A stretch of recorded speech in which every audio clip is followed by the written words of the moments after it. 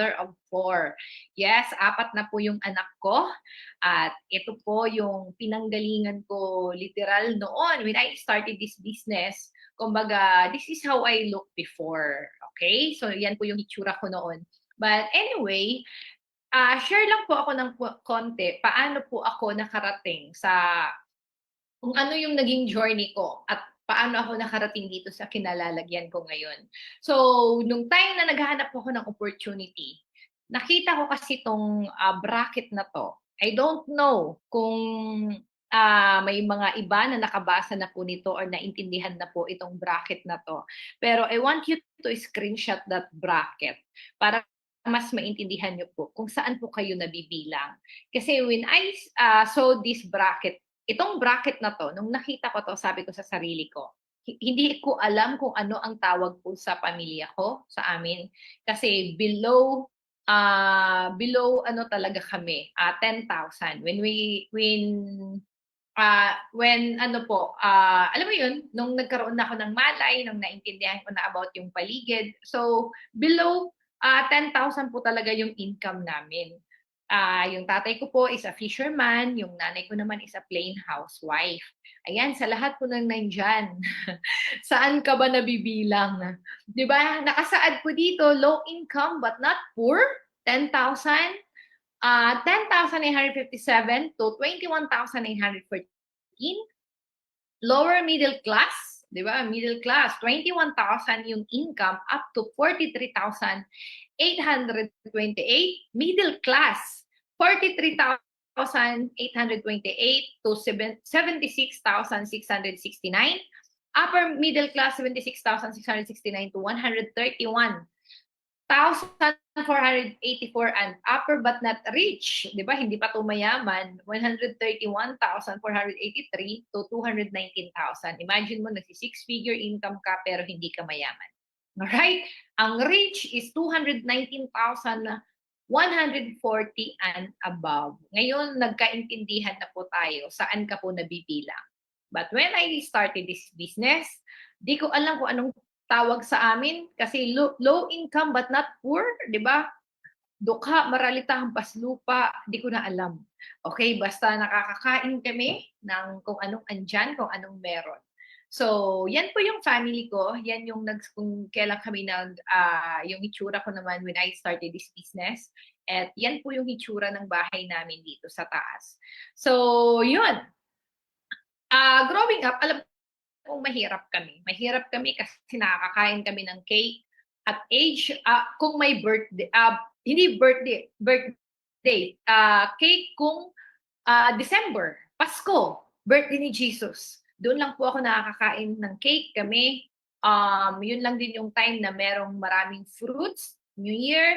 So, those were the days na kung saan sabi ko sa sarili ko, gusto ko talagang umangat yung buhay ko. Gusto ko talagang yumaman. Gusto kong umasenso. Kasi gusto kong mabigyan ng magandang buhay yung pamilya ko. Gusto ko mapatapos sa college yung mga kapatid ko. At gusto ko rin ma-experience yung buhay na hindi ko na-experience. Kaya nung kumikita na po ako dito sa business na to, bili ako ng bili ng mga bagay-bagay na alam mo yun, hindi ko nararanasan noon. For example, kaya ko nang bumili ng mga sapatos, hindi lang po isa, dalawa, tatlo, apat, kundi more. Kaya ko na rin bumili ng bag kasi andun po sa point na gusto ko kung ano yung damit ko, gusto ko nababagay yung bag ko. So, iba-iba pong bag. Dumating na rin po ako sa point na lahat ng gusto kong kainin, nakakain ko. At lahat ng gusto kong puntahan, napupuntahan ko. So, yun po yung naging sitwasyon ko right now. So, nang nakita ko itong business na to, sabi ko, ito yung gusto ko. Kaya sobrang grateful ako sa classmate ko na nag-invite sa akin sa negosyong ito. Kasi na-open yung mind ko eh. If I am going to work, siyam kaming magkakapatid, ako po yung panganay. Kung magtatrabaho po ako, anong trabaho ang papasukin ko na kayang pakainin ang 15, 'di ba? 15 or 15 na pamilya, na member ng pamilya. Anong trabaho ang kayang pakainin yung ganong klaseng pamilya, ganong kadami na at the same time makakaipon ka. Alright? So, naghanap po ako ng opportunity, nag-pray po ako na, Lord, give me opportunity kasi magtatrabaho ako that time, magkano lang yung sahod. So, ang sahod that time, possible na pwede kong kitain Kasi bata pa ako that time or wala pa akong experience, nag-uumpisa pa lang ako sa buhay, probably mga nasa 10,000, 10 to 12,000. Partida, hindi pa po kasama dun ang pamasahe, renta, 'di ba? Yung pagkain mo, at the same time magpapadala ka sa pamilya mo, binabawasan pa yun ng pag-ibig, 'di ba? SSS, insurance, kung ano-ano pang binabawas sa sweldo mo. So I hope, I know nakaka-relate po yung iba dito. So, nung nakita ko yung opportunity na 'to, nag-pray lang po ako. And bakit ko sinasabi yun? Kasi maybe some of you here, nag-pray lang din. Nag-pray lang din na, "Lord, give me opportunity that could really help me, an opportunity that could change my life." Nung naibinigay po sa akin ang opportunity na 'to, hindi na po ako nagdalawang isip. Bakit? Bata pa ako that time, okay? At alam ko na yung benta-benta, pagshi-share ng products, pagbebenta ng products is malaking pera talaga. Bakit? Bata pa lang po ako. I was in elementary. Nagbebenta na po ako ng kung ano-ano. Nagbebenta po ako ng turon, nagbebenta ako ng isda, nagbebenta ako ng ay scramble, nilalako ko po yun sa barangay namin, nagbebenta ako ng barbecue, kung ano-ano na lang pong binibenta ko. Sumasama ako sa nanay ko, nagpapa-order ng Avon, Sara Lee, Natasha, ah, MK ba yun? Basta ang dami-dami, ang daming kung ano-anong may mga brochure. Doon ko na-open yung mind ko na kaya pala nakaka-survive yung pamilya namin noon kasi yung mama ko magaling magbenta. So na-adapt ko po yun sa kanya, natutunan ko po yun. Kaya nung nakita ko yung business na to with the matching best marketing plan, 'di ba? With the best community, 'di ba? Na meron tayo with the best system. Sabi ko sa sarili ko, kaya ko to. So, fast forward, wala akong perang pang join that time, pero sabi nga pag gusto, maraming paraan, pag ayaw, maraming dahilan. Isa po ako sa mga tao na kung saan sobrang ayaw ko na talagang yung maghirap sa buhay. Sawang-sawa na ako sa ganun. Gusto ko naman yung mamimili ka kung saan ka matutulog, mamimili ka kung naka-electric fan or naka-aircon, mamimili ka kung anong kakainin mo. Gusto ko na ng ganun. Ayoko na naghihigpit ng sinturon. So, moving on, nakagawa ko ng paraan, nangutang ako, nagbenta ako ng cellphone, ng camera para makapag-join lang ako sa business na to. And yun, nung nakagawa ako ng paraan, nakasali ako, ang naging challenge ko naman yung pamilya ko. Sabi ng tatay at nanay ko, papunta ka pa lang, pabalik na ako, walang yumayaman at nababago yung buhay dyan. Pero sabi ko nga sa sarili ko, nakinig ako sa mentor ko, nakinig ako sa coach ko, ang sabi ko sa nanay at tatay ko, pabayaan nyo lang ako sa ginagawa ko. Bata pa naman ako eh. Pag walang nangyari, edi maghahanap ako ng ibang opportunity. Pero ginalingan ko talaga. Because I know, maraming taong yumaman dito na nauna pa sa akin. Maraming taong umasenso dito, gumanda yung buhay na nauna pa sa akin. At kung susundin ko yung mga ginagawa nila, ako yung susunod. Mababago din yung buhay ko. Pero alam niyo po yun, kahit ayaw ng magulang ko, kumbaga, hindi talaga nila ako mapigilan. Kasi sabi ng mentor ko, if you want to be successful in life, be with people and listen with people na successful na sa buhay. Na kung anong buhay nila ngayon, yun yung buhay na gusto mong puntahan. Yun yung buhay na gusto mong mangyari sa'yo. Kaya ang ginawa ko, nakinig ako sa mentor ko, gumawa ako ng paraan, kinausap ko yung magulang ko ng maayos, tatay, pabayaan niyo ako dito, pag ako ang magpapaaral sa mga kapatid ko. Magtutulungan kami. And true enough, because of this business, napag-graduate ko po yung mga kapatid ko sa college, isang marine engineer, isang civil engineer, isang comsci, at saka isang tourism. Pangarap po yan ng mama ko na makakita ng mga picture na nakatoga, 'di ba, sa wall niya. So, yan po yung pangarap niya at tinupad ko po yun sa kanya. So, wala po kaming ibang source of income po talaga kasi yung tatay ko ano lang eh, mangingisda, yung nanay ko nasa bahay. 'Di ba? Tapos kami pa yung typical na pamilya na lapitin ng maraming kamag-anak. Paano yung lapitin ng maraming kamag-anak? Lahat ng kamag-anak ko namin. Kumbaga, ang tingin sa amin light, ilaw, na when they need help, kami ang pwedeng puntahan. Yung nanay at tatay ko po, ganun po sila. Kumbaga hindi nila matiis din yung kamag-anak nila kaya, "Sige, punta lang." Kung alam mo yun, yung lahat na lang. Kaya sabi ko sa sarili ko, kailangan ko talagang umasenso and guys, alam niyo po ba, because of this opportunity, because of this business, ako po yung kauna-unahang, nag-cut o pumutol ng sumpa ng kahirapan sa pamilya namin. Alright? So, and I am very much grateful because of this opportunity. Alright? So, nag-umpisa po ako, ayan, na nagmomotor lang. Nag-umpisa po ako na imagine nyo, may isang lugar dati na 120 kilometers yung pagitan. So, ako nasa south, ang pupuntahan ko is north na nakamotor lang. Tapos, habang nagbabiyahe, nabasa na ako ng ulan. Grabe talaga yun. Nabasa ako ng ulan, tapos wala kang masilungan, tapos may period ka pa that time, tapos basang-basa. Can you imagine that? Nga, nung time na nagtitinda ako, nakamotor ako, nagde-deliver ako ng mga products, tapos umuulan, may period ka, wala kang masilungan, kung gaano ka, kaano ba, anong tawag niyan, yung parang hindi ka komportable. Tas sa sobrang haba ng ng pinuntahan namin, alam mo yun, naghanap pa kami kung saan puwedeng makapagpalit. Tapos yung pinaka-worst part na, alam mo yun, worst siya sa akin dahil, wala kang pamalit at the same time nag-dry ka na lang kasi kailangan mo yung magbiyahe dahil yung time is ticking. So, kumbaga aabutin kayo ng gabi 'pag hindi kayo makarating ng maaga. Pero alam niyo, instead na sumuko, instead na panghinaan ako that time, sabi ko sa sarili ko, ngayon lang 'to. Sabi ko sa sarili ko, darating ang time, lahat ng mga nai-experience ko ngayon, lahat ng mga nararanasan ko, mababago din ang sitwasyon ko. Kumbaga malalagpasan ko rin po 'yan. And true enough, because of this opportunity, tuloy-tuloy lang po ang ginawa ko. Kasi maraming nagsasabi, "Merlit, ang hirap niyan. Merlit, ganito, ganyan." Wala naman pong madali eh. Walang madali sa pagyaman, walang madali sa pag-asenso. Lahat challenging. But the thing is, sa daming option para yumaman ka ng may moral, etikal, 'di ba, na taas noo, kahit kanino kaya mong humarap, kaya mong maglakad.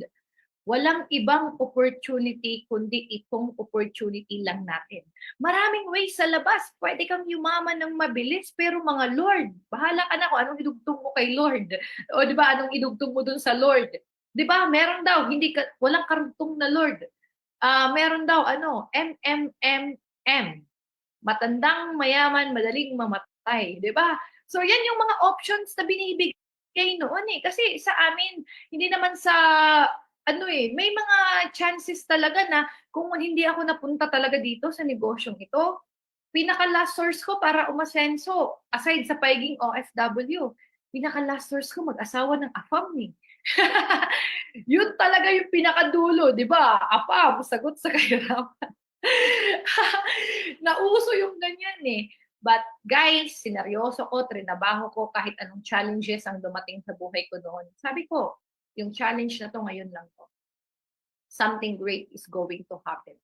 Something wonderful ang mangyayari sa akin pag pinaglaban ko yung pangarap ko. And yun, yung second car ko po is Mitsubishi Expander na amazing lang kasi nung nanganak ako sa bunso ko, yung iba, di ba pag nanganak ka, wala ka ng pera kasi gumastos ka ng malaki. Pero ako po, right after ko pong manganak, kung nakikita niyo po sa picture dito sa ilalim, right after ko pong manganak, na bili ko po yung second car ko. So, ganun po ka-amazing yung business po natin. Alright? So, ito po yung bahay ng magulang. Sinama ko siya dito. Ito po yung bahay namin sa gilid. Kasi after maging fisherman ng tatay ko, grabe din talaga yung challenge sa buhay. Alam mo yung kung ano yung andyan sa pinggan, andyan sa lamesa, andyan sa hapag, pagkakasyahin mo kung ano yung meron sa'yo. So, grabe yung naging sitwasyon namin noon, kaya naisipan ng tatay ko maging OFW. Pumunta po siya ng Dubai. Nung pumunta si tatay ng Dubai, ang sabi niya, 2 to 3 years lang daw, makakauwi na siya para mag-ipon lang daw siya ng pangpuhunan, magninegosyo. So, nag-try naman po sila ng iba't ibang business, pero buy and sell pa rin po. Kaluuyan, di ba? Kaluyan sa Diyos. Di ba? Puro purdoy. Puro hindi nag-succeed, tapos napagawa niya po, napaumpisahan niya pong ipagawa yung bahay namin. Imagine nyo hanggang ngayon yung bahay namin na to sa isla, ganyan pa rin. Kasi lumipat na po kami ng bahay. Hanggang ngayon, ito po yung patunay na pag OFW ka, laging huli ang kesame. Sino po yan yung mga OFW na nagpapagawa ng bahay na hanggang ngayon, kesame, hindi pa naayos, di ba? Huli ang kesame. So yun po yung nangyari sa amin. And because of this business, because of this opportunity, ngayon po, ito na po yung bahay nila sa kabila. Ayan. Kung nakikita nyo po yung bahay na to sa gilid, yan na po yung bahay ng magulang ko. Alright, palakpakan nyo naman. Sobrang nakaka-amaze lang yung changes, yung growth ng pamilya namin. Kumbaga, wala kaming source kundi itong negosyo lang na to. Wala kami ibang source kundi itong business lang na to. Wala kami ibang source kundi yung ito lang. And I am very much grateful sa community natin dahil sobrang ganda po talaga yung nangyari sa buhay namin. Buti na lang talaga nakinig ako sa classmate ko. Buti na lang talaga hindi ako sumuko. Kasi yung kwento ko kanina na nagkaroon ako ng challenges sa life, very minimal lang yun eh. Marami pa akong mga pinagdaanan na pwede akong sumuko, pero sabi ko sa sarili ko, nandito na ako, bakit pa ako susuko? Nakapag-umpisa na ako, bakit pa ako titigil? Nabasa na ako, maliligo na lang ako at i-enjoy ko to. Nakapag-umpisa na ako, namuhunan na ako, nag-invest na ako ng oras. Bakit pa ako magpapadala sa sitwasyon ko? Kasi, ang nasa utak ko that time, kung wala man ako sa business na to, alam ko kung nasa ibang industry man ako, nasa ibang opportunity man ako, I am sure, pagdadaanan at pagdadaanan ko pa rin yung iba't ibang klaseng challenges sa buhay. When we say challenges, yun yung mga problema, di ba? Di mo alam kung ano pa yung mga sources nun. The thing is, dumaan man ako sa challenges ng buhay, pero puro po ako paangat. Puro ako paangat, puro ako pataas, puro ako paakyat. Dahil yung community na to, hindi lang about making money, hindi lang about, alam mo yun, selling products, hindi lang po yun, kundi transformation. Tina-transform ka from someone na hindi mo kailangan para mag-grow ka. Someone na hindi mo need, di ba, for you to be, na maging successful in the near future.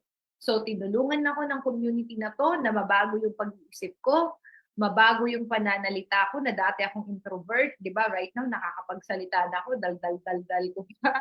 Nabago po yung pananaw ko sa buhay, nabago po yung mga pagtingin ko sa mga nangyayari sa paligid ko. Alright, so ang tingin ko sa challenges right now, lahat ng yan is opportunity. Opportunity for me to become better and better and better. Alright, so yan na po yung naging buhay ng pamilya ko right now. Nakakapag-travel na po kami kung saan-saan, nakakapag-bonding na po kami kung saan-saan, nakakapunta kung saan-saan. Alam niyo po yun na, kumbaga before, maliit pa ako, di ko naranasan na magbakasyon man lang kami buong pamilya namin. But right now, with my kids, with my family, nakakapunta na po kami sa mga lugar na kung saan, alam mo yun, gagastos ka talaga ng pera para ma-experience mo siya. And yun, hindi na po ako nag-OFW kasi nakita ko na po yung opportunity dito. Nakita ko na po nagkaroon ako ng blueprint because of this business. Nakita ko yung napakadali palang umasenso, napakadali palang yumaman, napakadali palang kumita ng pera. So dito ko po yan nakita sa community natin at sobrang amazed ako kasi hindi ko kailangan, alam mo yun, hindi ko kailangan umalis, lumayo, iwanan yung pamilya ko para kumita ng pera. Dahil right now, kumikita po ako na at the same time kasama ko yung pamilya ko. So yun po yung nangyari sa akin at ayan, ba't ako bumalik? Oh, bumalik na ako. Alright, so ayan, next po. Ito na po yung bahay ko right now. Kung dati nakatira po ako dito, nakailang beses din po ako Nakapag-rent, nakailang beses din po akong pinaalis sa mga nirerentahan ko, napalayas sa mga nirerentahan ko. And right now, 3 years na po ako dito sa bagong bahay ko. May rooftop pa po 'to dito kung saan nandiyan po yung jacuzzi. Okay, may jacuzzi po ako.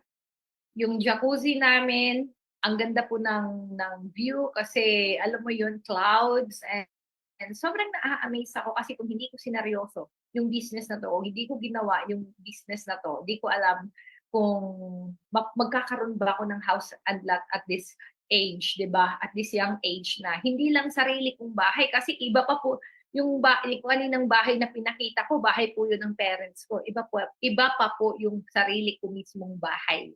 So, yung kaninang bahay sa Samar po yun, kasi taga Samar po ako, at itong bahay naman sa Iloilo po ito.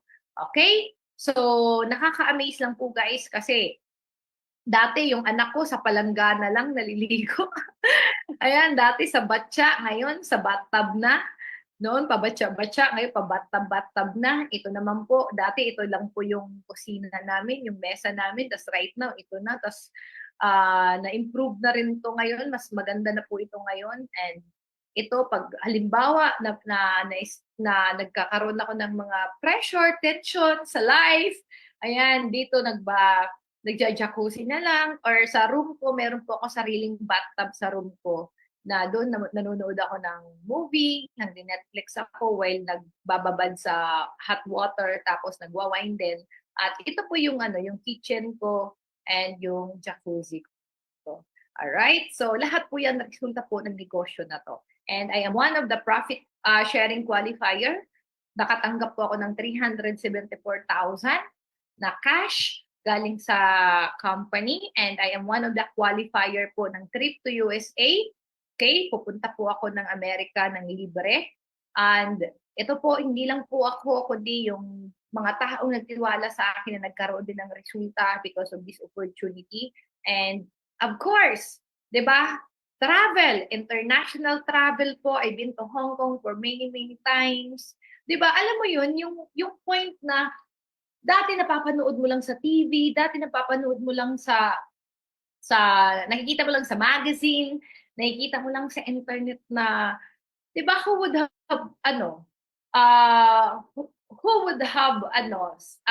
who can tell pala na yung dating ikaw, yung dating walang-wala, yung dating taga-isla, yung dating alam mo yun, anong tawag pa ewan ko, yung dating taga-baryo. Kasi grabe talaga yung pangbubuli sa akin, lumaki po akong gano'n na binubuli talaga ng maraming tao. Sinong makakapagsabi? 'Di ba, na yung dating taga-baryo, taga-isla, taga-uma, kung ano-ano lang tawag, 'di ba, makakapunta ng Hong Kong ng hindi para magtrabaho kundi maging turista ng ilang beses, makapunta ng Singapore, ma-enjoy yung buhay sa Singapore, 'di ba? Makapunta sa mga kilalang lugar, makapunta ng South Korea. Pumunta po ako ng Jeju Island. Sa Jeju Island, sobrang ganda po dun, promise. Iba yung vibe sa Jeju Island at saka sa Seoul, Korea. Pumunta rin po ako sa Bali, Indonesia. Ayan, kung saan po ako natutong ma-inspire, na matutong mag-surfing. Okay, so napakasarap ng stay namin dito kasi lahat po ng ini-stayhan talaga namin, 5-star hotel, mas marami pa yung pagkain kasi most of my travel guys, that is 100% libre. Nakapunta rin, yan, mga 5-star hotel, tapos nag-i-stay po talaga kami ng sobrang tagal. Alam mo yung, grabe talaga, hindi ka uuwi ng bitin. Kumbaga, yun po yung buhay na posibleng posibleng mapuntahan mo pag ginawa mo yung negosyo na to ng dire-diretso. Alright? At ayan, pumunta na rin po ako ng Thailand ng ilang beses na rin po, paulit-ulit na rin po akong pumunta ng Thailand at sobrang ganda po doon, sobrang amazing. The last time na, pinaka-last time na pumunta kami ng Thailand, kumain po kami nag-dinner po kami sa cruise. Tapos may champagne pa po doon. Grabe talaga yung tas may waiter, alam mo yung grabe pa yung pag-serve ng waiter. I am very new sa mga gano'n. Although I am aware, pero ayoko namang magpaka-social na alam ko yung lahat kasi I'm not social. Hindi po ako social. I'm just trying everything na Hindi ko pa nasusubukan pero nakikita ko sa TV, nakikita ko sa movie, nakikita ko sa Instagram, nakikita ko sa magazine na very grateful ako kasi hindi po mangyayari yun kung hindi ko po dineretsyong trinabaho at sineryoso itong business na 'to. Okay? So, ayan, at na-visit ko rin po yung mga temples do'n. So, I've been to Macau, Hong Kong, 'di ba ito yung, last year lang po ito, pumunta kami ng Hong Kong at ang good news this year, we're going to China.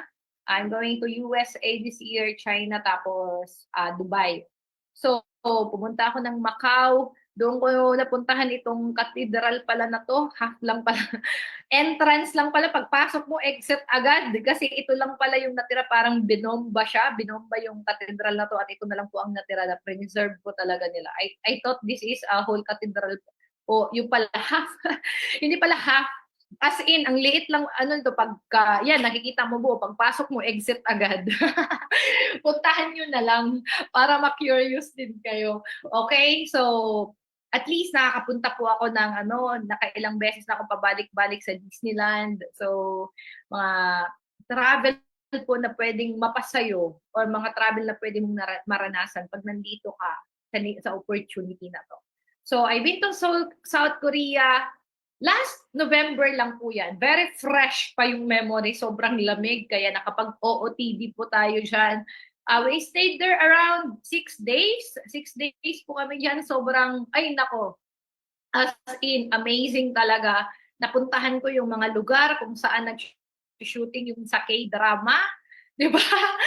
Kasi guys, para sa mga para sa mga katulad ko din, na nanggaling sa walang-wala, nanggaling sa pamilya na, alam mo yun, yung parang pinagkakasya lang kung anong andyan. Paano ako nangarap? Mahilig po ako manood ng mga high-tech na movie, mga movie na kung saan namamasyal yung mga, more on Hollywood talaga or mga international movies. Kasi pinapangarap ko, ini-imagine ko yung lugar. Halimbawa, yung Hollywood movie, pumunta sa Italy, pumunta sa, nag-ikot sa buong Europe. Ini-imagine ko, pinifeel ko na ako rin kasama. Nandun din sa Europe, ganyan po ako. So, yun, nagugulat na lang ako, lahat ng mga nililista kong lugar, country, lahat na lang po talaga yun. Parang binibigay na lang talaga. As in, pangarap kong mag-ikot sa buong Europa. Pangarap ko po yun and I know it will happen soon. Alright? So, ganyan po ako. Hindi ako nanonood ng movie for me to be entertained with the story. Nanonood ako ng movie for me to, to color my imagination. For me to be, to be more, yung parang, andun ka talaga sa scene. 'Di ba? Yan yung gustong-gusto kong nilalagay ko sa utak ko, yung mga nasa jet ski, nasa speedboat, nasa yate, 'di ba? Guys, yun yung mga nilalagay ko sa utak ko. Kaya every time na nakakakita ako ng yate, ay ilang beses na rin po akong nagyate, napakasarap po talaga tapos nagsisail po sa sunset. Okay? So, pumunta po kami ng Nami Island. Grabe po, ang ganda po talaga dyan, literal. I've been to Starfield. Pumunta kami sa Hanbok Village. Nagsuot kami doon ng Hanbok Village ba yun? Ay, sorry. I forgot kung Hanbok Village yun ba ang tawag. I know ito yung damit is hanbok. Tama ba?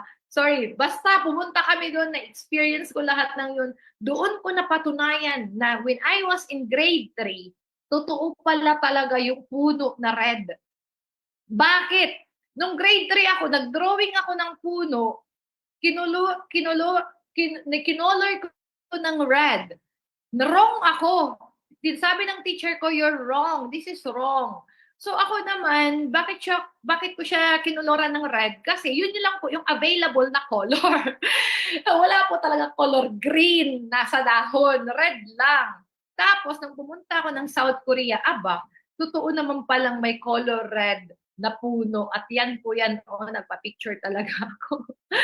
So, nakaka-amaze kasi yung buhay, alam niyo po yun, yung parang kung hindi ko ginawa at sineryoso yung negosyo natin, hindi ko alam kung saan ako pupulutin.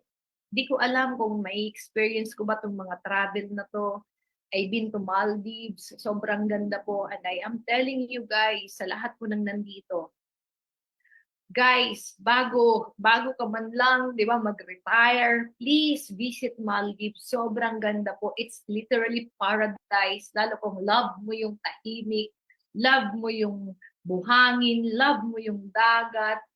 Please visit Maldives. Sobrang ganda po ng Maldives. Okay? So, yan po. Libre po yan ng company. Kami po yung first in history ng Maldives na pumunta nang sabay-sabay na ano po kami 300, I guess mga 375 po kami lahat na pumunta po ng Maldives. So sobrang ganda po doon as in literal.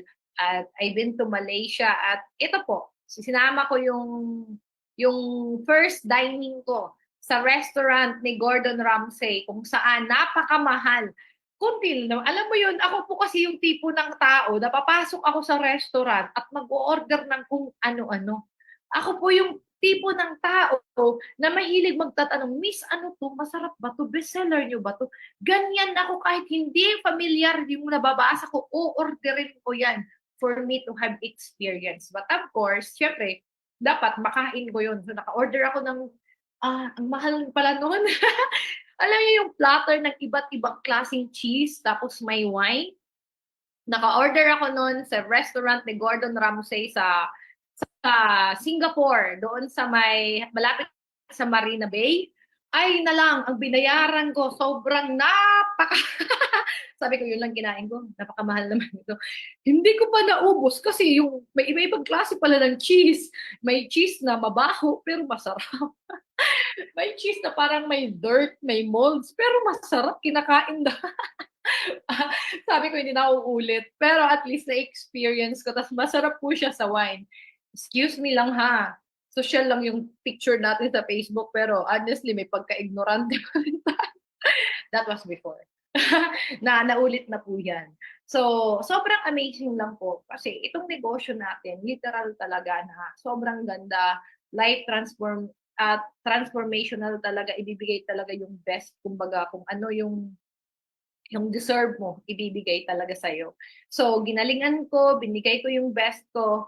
When I first attended this event, ito po, nasa taas po ako. Kung nakikita niyo po dito sa gilid, lagi lang po ako nasa likod, lagi lang po ako nasa taas. Malayo pong nakatingin sa stage. Nasabi ko, one day, darating yung time, I'll be the one who's going to inspire a lot of people. And true enough, nung anniversary po ng company, 12-year anniversary ng company po natin, isa po ako sa mga nakapag-inspire ng 13,000 na katao sa stage na sinabi ko po dun sa talk ko, when I came here in Metro Manila, ang dala ko pong pera 800 pesos lang, pinamasahe ko pa. Wala akong pagkain, wala akong mapuntahan, wala akong matulugan, wala akong malapitan. Natutulog ako sa mga station ng bus, natutulog ako sa mga terminal, naliligo ako sa CR ng mga Petron, ng Shell. Nagugutom ako, natutulog ako na hindi kumakain, alam ko na ang pakiramdam ng nahihilo, ng gutom, sa nahihilo ng buntis, sa nahihilo ng pagod lang. Alam ko na pong i-differentiate yung tatlong yun dahil lahat ng yun naranasan ko. Yung hilo ng pagkabuntis, alam ko na, 'di ba? Dahil nahihilo ka dahil buntis ka, o ito. Nahilo ka kasi may fatigue ka, o diba, overwork ka, alam ko na rin po 'yan. Nahilo ka dahil wala kang makain. Yun po yung pinaka-worst na hilo kasi hindi ka talaga makatayo after. Magigising ka in the next day, pag nahilo ka na, naranasan ko yun nahilo ako ng gutom, diretso tulog, next nagising ko, next day na ganun pa rin yung nararamdaman ko. Guys, true enough, yung challenge, yung pinagdaanan ko to achieve wherever I am right now is sobrang challenging. But then, sabi ko sa sarili ko, nakita ko na dito ako yayaman. Nakita ko na dito bababago buhay ko. Nakita ko na this business will definitely bring my family out of poverty. That this business will give my family the life that we ever wanted. Diba? That this business, this opportunity could help me become the mom, become a mother na gusto ko para sa mga anak ko, become a sister sa mga kapatid ko, become a daughter sa mga magulang ko na hindi ko na ko compromise yung sarili kong gusto, yung mga wants ko. Kasi I have this bisyo po, marami po akong bisyo. Yung bisyo ko mag-gym, mag-surfing, mag-beach and everything. Hindi po ganun kadali. But alam niyo po yun, I am very much grateful kasi sa opportunity na to, sobrang gumanda po talaga yung buhay ko. Nakapag-inspire ng sobrang maraming tao. Ayan. So ito, na-excited talaga ako sa Amerika namin this year kasi alam mo yun, sabi ng mama ko dati, "Huwag kang sumali sa recruit-recruit na yan. Huwag kang sumali sa benta-benta na yan. Hindi totoo yan. Mag-asawa ka na lang ng AFAM. Di ba? Mag-asawa ka na lang ng Amerikano para makapunta ka sa Amerika tapos kunin mo kami dito sa Pilipinas para makapunta din kami doon." Sabi ko sa sarili ko, "Ma, pupunta po ako ng Amerika nang hindi nag-aasawa ng Amerikano." At yun nga po, ayan po yung sinasabi kong bisyo ko. Nagsu-surfing po ako. Nung pumunta ako ng Bali, Indonesia, doon ako na-motivate eh. Sabi ko, oh, gusto ko yan. Gusto ko mag-surfing. Pangarap ko yan. At yan, marunong na po ako, pero hindi pa yung pang-pro. Honestly, hindi pa po yung pang-pro. Yung marunong-runong pa lang. Okay? At yan po, when I say transformational, not just my bulsa, not just my money, not just the source of income, but the body na ginugoy ko rin. Bakit? Nung nanganak po ako, tumaba po ako. Ayan, kung nakikita nyo, sobrang right now, focus ako sa gym. Right now, sobrang focus ako sa pagbibuild sa physique na gusto ko. Nagagawa ko po yun na hindi ko na-compromise again. Yung pamilya ko, yung business ko, yung ibang gusto ko. Kumbaga, lahat napapagsabay ko because of this opportunity. Build kasi yung system natin eh. May sistema tayo, susundan na lang natin. Hindi mo na kailangan maging magaling. Susundan mo na lang yan. And before I end, I want you to read this one. Some want success but doesn't want to detach from distractions.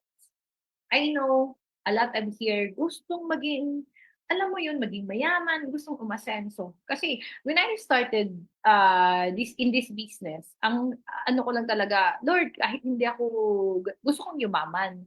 Pero kahit hindi yung ganun kayaman, importante mapaaral ko lang mga kapatid ko. But true enough, sobra po yung binigay ng opportunity na to. Sobra po yung binigay ni Lord sa akin. Nag-detach ako sa distraction, nag-focus ako sa business no matter what life throws at me. Kumbaga, hinaharap ko lahat, pero ang focus ko pa rin negosyo. Hindi ako nagpadala sa sitwasyon ko, hindi ako nagpadala sa mga taong na hinihila ako pababa. Lagi kong sinasabi, God is with me. My God is with me. My God will protect me, and this business is for me, and this business will give me the life that I am aiming for, the life that I am asking, the life that I am dreaming. Basta seryosohin ko lang talaga yung opportunity na to. At yun nga guys, I'm not giving up, I'm just starting over. Hindi pa po anong meron ako ngayon. Lahat po, imagine nyo, lahat po ng nasa dream board ko natapos ko. But right now, nag-uumpisa pa lang po ako ulit. Yun po yung pakiramdam ko ngayon, nag-uumpisa pa lang ako ulit. At kung sa dami na nang na-achieve ko, sa dami na nakuha ko, I am sure na mas dadami pa po yung ma-achieve ko right now because with experience na. Because yung goal ko right now, mga million-million na talaga eh. Hindi na yung thousands to million, kundi million-million na talaga yung usapan eh. And yun, lahat ng down sa akin, lahat ng mga taong tinatry akong hilahin pababa. Thank you for doubting me. Yun na yung sinabi ko. Ginalingan ko, binigay ko yung best ko. Thank you for doubting me. It made me work even harder. So, yan. And yun po. Tapos na po ako. So, sa mga nandito po, I am telling you guys, I am telling to right now sa inyo, kung ano man yung nararanasan mo ngayon, ngayon lang yan. Please, huwag kang magpapadala. Ngayon lang yan. Kung ano man yung nararamdaman mo ngayon, ngayon lang yan. Honestly, ngayon lang yan.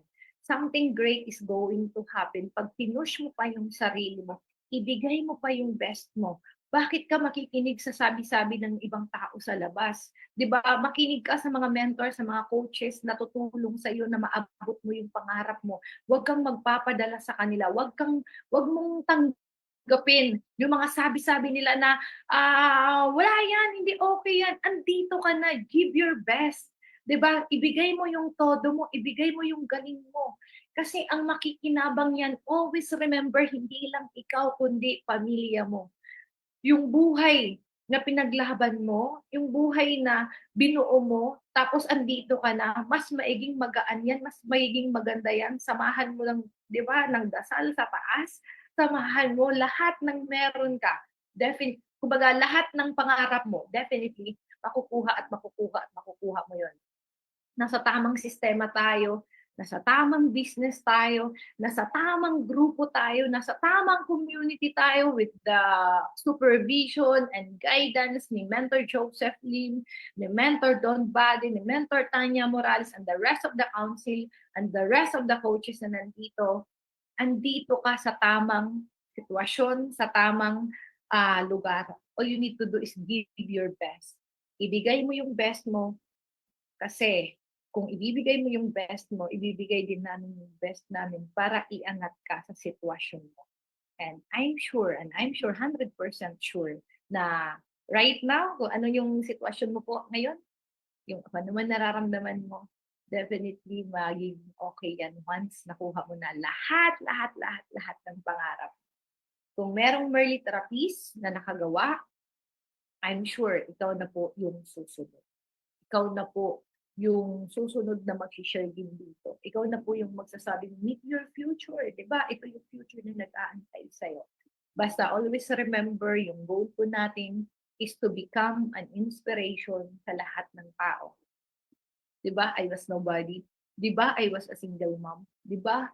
I was taga-baryo. Di ba? I was anak ng mangingisda, taga-isla, taga-Samar, maitim, mukhang kasi literal dukha, maralita. But right now, andito ako sa harapan ng nag-share ng story ko na sobrang binago talaga, transform talaga yung buhay ko dahil sa opportunity na to.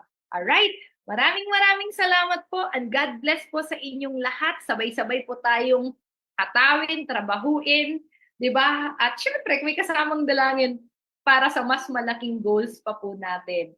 See you po sa susunod na mga event natin. Maraming salamat at I guess ready na po yung host natin. Thank you